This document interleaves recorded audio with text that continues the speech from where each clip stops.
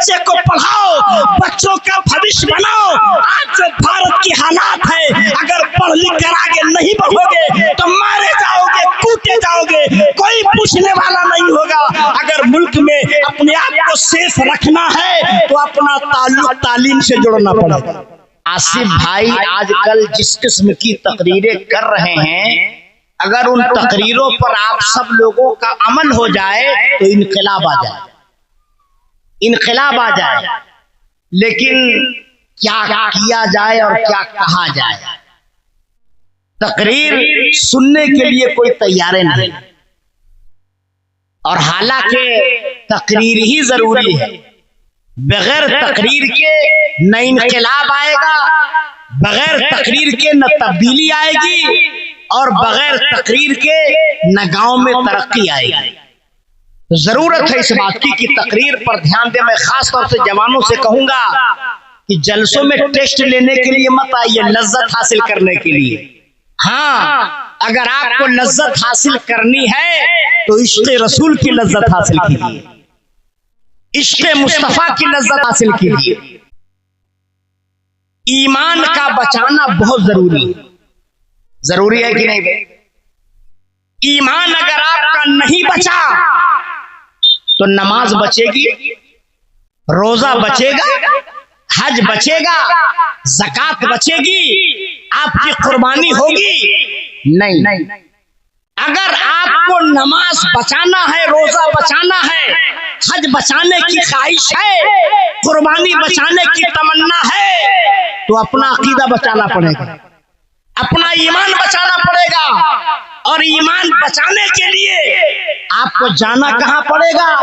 ईमान बचता कहां से है, ईमान बचाया कहां से जाता है, ईमान बचाने की टीम कहां रहती है, ईमान बचाने पर काम कहां होता है? तो याद रखिएगा, ईमान बचाने का अड्डा अल्लाह का घर मस्जिद है और रसूलुल्लाह का घर मदरसा है। वाह, ईमान बचाने के ये दो अड्डे हैं, और उन्हीं दोनों अड्डों की शाख ये जलसा है। माल कहां से तैयार होता है? मदरसों से। बोलिए भाई, माल कहां से तैयार होता है? मदरसों से। आपने एक लफ्ज सुना है, एयरबेस। अमेरिका का एयरबेस कोयत में, अमेरिका का एयरबेस दुबई में, अमेरिका का एयरबेस कतर में, अमेरिका का एयरबेस फला जगह। आखिर अमेरिका ने सारी दुनिया में अपना एयरबेस क्यों खोला? उसे एयरबेस की जरूरत क्यों पड़ी? अमेरिका चाहता है हमारी दादागिरी पूरी दुनिया में चले, ताकि जब हमला करना हो तो हमें दूर न जाना पड़े, हम नजदीक से हमला करके अपने दुश्मन को पसपा कर दे। याद रखिएगा, अमेरिका को अपने बचाने के लिए अपने एयरबेस की जरूरत है, और इस्लाम को बचाने के लिए अपने एयरबेस की जरूरत है। हमारा एयरबेस मदरसा है, हमारा एयरबेस अल्लाह का घर है। नारे तकबीर, नारे रिसालत, गौसो ख्वाजा कॉन्फ्रेंस, उलमाए अहले सुन्नत।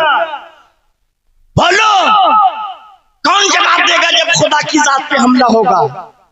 आओगे मार्केट से जवाब देने के लिए, आओगे होटलों से जवाब देने के लिए, रसूलुल्लाह के इल्म को नापने की कोशिश की जाएगी। कौन जवाब देगा?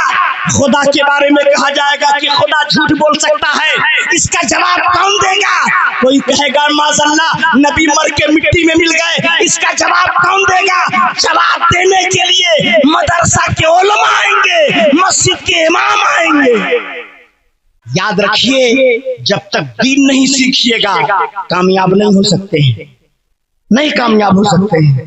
आपको दीन सीखना पड़ेगा, दीन के करीब आना पड़ेगा, दीन की कुर्बत हासिल करनी पड़ेगी।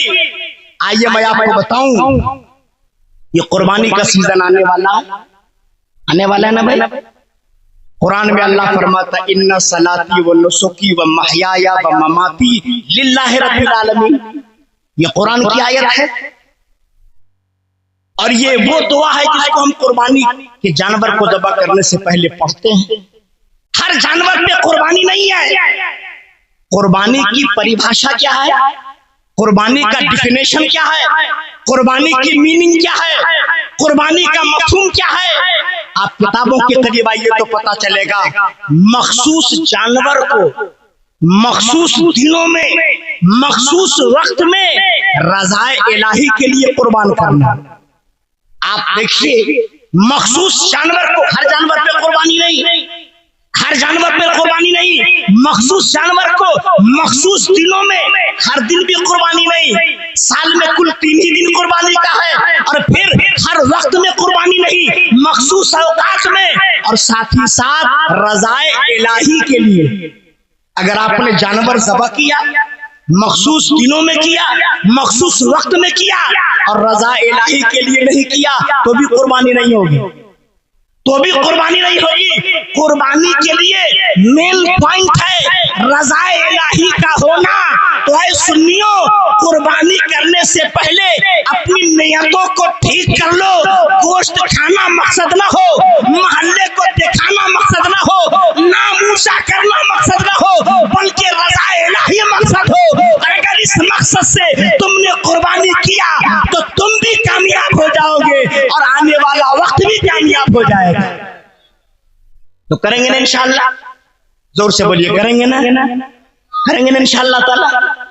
देखिए, आजकल ईमान बचाना बहुत जरूरी है। मैं बार बार ये जुमला कह रहा हूं, हमारा नबी बाइख्तियार नबी है, हमारा रसूल साहिब इख्तियार रसूल है। हमारा नबी सिर्फ कानून था नहीं, कानून साज भी। अल्लाह ने मेरे नबी को ये इख्तियार दिया है, वो कानून में तब्दीली भी कर सकते हैं।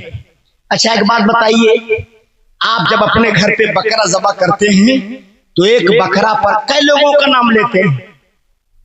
जोर से बोलिए, कई लोगों का। अब पड़वा ज़बह करते हैं तो कई लोगों का नाम लेते हैं? 7 लोगों का, है ना भाई? बड़े जानवर में 7 हिस्सा और छोटे जानवर में 1 हिस्सा। उम्र सबकी अलग अलग है, आप उलमा से सुनते चले आए हैं। हम छोटे जानवर में एक ही नाम शामिल करेंगे, 2 नाम शामिल नहीं कर सकते। बड़े जानवर में 7 ही नाम शामिल करेंगे, 8वां नाम शामिल नहीं कर सकते। हमें इख्तियार नहीं, हमें पावर नहीं, हम ये काम नहीं कर सकते। लेकिन आइए मुस्तफा जाने रहमत की बारगाह में, आइए रहमतुल्लिल आलमीन की बारगाह में, आइए आकाए कायनात की बारगाह में, आइए रहमते दो आलम की बारगाह में, आइए अमना के लाल की बारगाह में, आइए अब्दुल्ला के दुर्रे फरीद की बारगाह में। नबी ने एक दुम्बा मंगवाया, मंगवाने के बाद उसे लिटाया, लिटाने के बाद दुआए कुर्बानी आपने पढ़ा, पढ़ने के बाद आपने क्या फरमाया? अल्लाहुम्मा तक़ब्बल मिन मुहम्मद व मिन उम्मते मुहम्मद। ऐ अल्लाह, इस दुम्बे को मेरी तरफ से और सारी उम्मत की तरफ से कबूल फरमा ले। एक दुम्बा में नबी ने सारी उम्मत का नाम ले लिया। इसलिए तो हमें नाज है, हमें फख्र है। हम जो अपने नाम से कुर्बानी अपने हाथ से करते हैं, हो सकता है वो कुर्बानी रद्द कर दी जाए, वो कुर्बानी कबूल ना हो।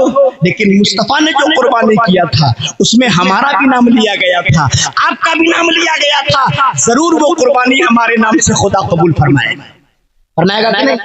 तो कुर्बानी करने से पहले आप अपनी नियत को टटोलिए और रज़ाए इलाही की तरफ अपने आप को लेकर के चलिए। चलेंगे ना इंशाअल्लाह? चलेंगे ना इंशाअल्लाह ताला? और सब लोगों से मेरी गुजारिश है, अभी पिछले महीने सरियामा ताजपुर में छोटे बच्चों का एक शानदार प्रोग्राम हुआ। 25 अप्रैल को छोटे बच्चों का शानदार प्रोग्राम हुआ। पूरा गांव लगभग वहां था। छोटे छोटे बच्चों ने, छोटी छोटी बच्चियों ने मसाइल शरिया लोगों के सामने पेश किया। उस दिन सारे गांव को ऐसा लगा कि हमारे गांव के बच्चे पढ़ रहे हैं, हमारे गांव के बच्चे पढ़ रहे हैं। देखिए, इसी पैटर्न से हर गांव में इदारा चलना चाहिए। लेकिन मसला क्या है कि आदमी के पास हर जगह खर्च करने के लिए पैसा है, इमाम को उसको तनख्वाह देने के लिए पैसा नहीं है। एक रात के जलसे में 2 लाख रुपया खर्चा कर देंगे, लेकिन इमाम को तनख्वाह देने में नानी मरती, बोले वैसा है कि नहीं?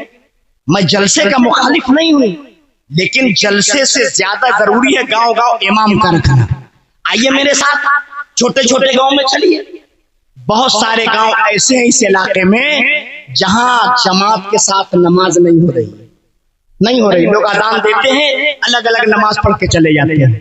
बहुत सारे गांव ऐसे हैं जहां सिर्फ अजान होती है, जमात के साथ नमाज नहीं होती। उलमा बैठे हैं, आप उनसे पूछिए अगर मस्जिद है तो जमात के साथ नमाज पढ़ना वाजिब है, और अगर जमात के साथ नमाज नहीं किसी ने पढ़ा तो पूरा गांव गुनहगार होगा, पूरा गांव खताकार होगा।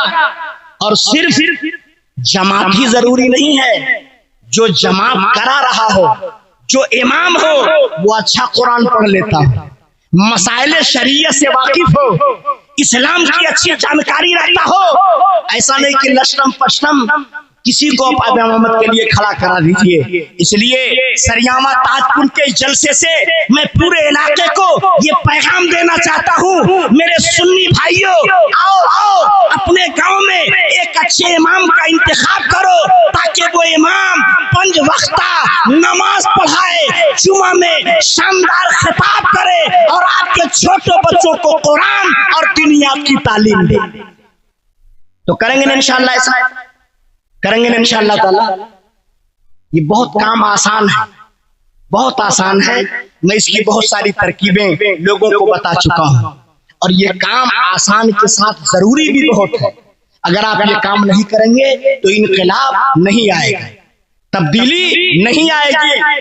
आप सभी लोगों से मेरी गुजारिश है कि जब जुमा के दिन जाया कीजिए नमाज जुमा पढ़ने, तो झोली में कम से कम 50 रुपया डाला कीजिए। कहिए इंशाअल्लाह, जोर से बोलिए, डालेंगे ना? और अपने छोटे छोटे बच्चों को भी 10-20 रुपया देकर मस्जिद भेजा कीजिए। और ये कहिए कि बेटा मस्जिद आ रहे हो ना, तो मस्जिद के झोले में, मस्जिद की थैली में, मस्जिद के डब्बे में ये 10 रुपया डाल देना। तो छोटा सा बच्चा जब बचपन में आपका दिया हुआ पैसा लेकर जाएगा और मस्जिद की झोली में डालेगा, तो इसकी अहमियत वो बचपन से समझ जाएगा, और जब बड़ा होगा तो इसको वो फॉलो करेगा कि नहीं? तो इसलिए आप खुद भी डालिए और अपने छोटे बच्चों को भी पैसा देकर मस्जिद भेजिए। बोलिए भेजेंगे ना इंशाअल्लाह? भेजेंगे ना इंशाअल्लाह ताला? अगर आप सिर्फ इसी पर अमल कर ले कि हर दिन हर जुमा को 50 रुपया देना है, अपने बच्चों से 10 रुपया मस्जिद के झोले में डलवाना है, तो इंशाअल्लाह ताला हर इमाम की तनख्वाह अच्छी हो जाएगी कि नहीं भाई?